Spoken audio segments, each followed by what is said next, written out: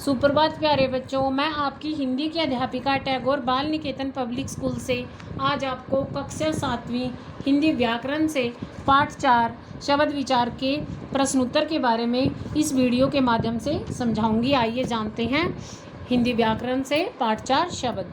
शब्द किसे कहते हैं? वर्णों के सार्थक समूह को शब्द कहते हैं। प्रश्न 2 है हमारा, शब्द और पद में क्या अंतर है? वर्णों के सार्थक समूह को बच्चों शब्द कहते हैं। जब शब्द वाक्य में प्रयुक्त हो जाता है तो वह पद बन जाता है। प्रश्न 3 है हमारा, शब्दों का वर्गीकरण कितने आधार पर किया जाता है?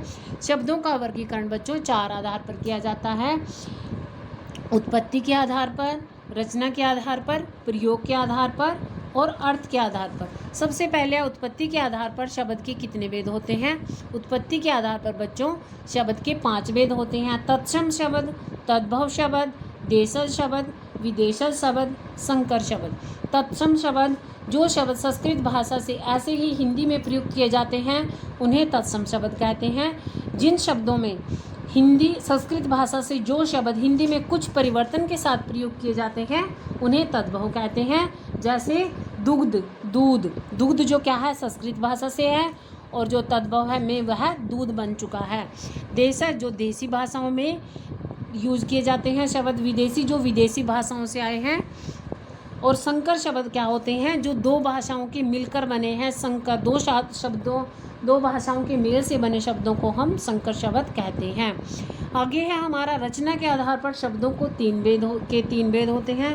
रूढ़ शब्द, यौगिक शब्द, योग रूढ़ शब्द। आगे है प्रयोग के आधार पर।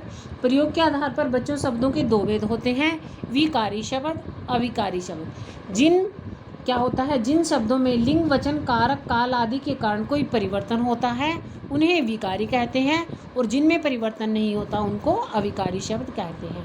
आगे है अर्थ के आधार पर शब्द 2 प्रकार के होते हैं, सार्थक शब्द, निरर्थक शब्द। सार्थक शब्द का मीनिंग होता है, सार्थक मतलब जो सही अर्थ रखते हों, ठीक है। जिनका सही मीनिंग निकलता है उन्हें सार्थक कहते हैं। जिनका मीनिंग नहीं निकलता, वो शब्द तो होते हैं परंतु वो कोई अर्थ मीनिंग नहीं रखते, उनका कोई अर्थ नहीं होता, इसलिए उन्हें निरर्थक शब्द कहते हैं। ये था आपका पाठ 4। जैसे आपको वीडियो में समझाए गए हैं ऐसे ही आपने पाठ 4 के प्रश्न उत्तर करने हैं। घर पर रहें, सुरक्षित रहें। धन्यवाद प्यारे बच्चों।